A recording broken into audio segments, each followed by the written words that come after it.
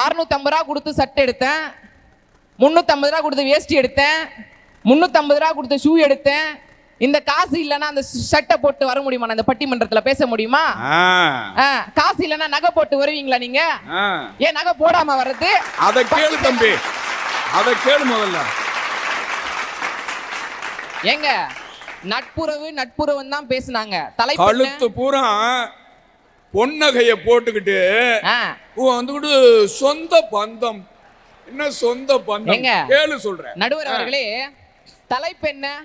மகிழ்ச்சியையும் மனநிறைவையும் தரக்கூடியது சொந்த பந்தமா சொத்து சுகமா? ஆமா. சொந்த பந்தத்துல எப்படி உங்களுக்கு நட்புறவு சேரும்?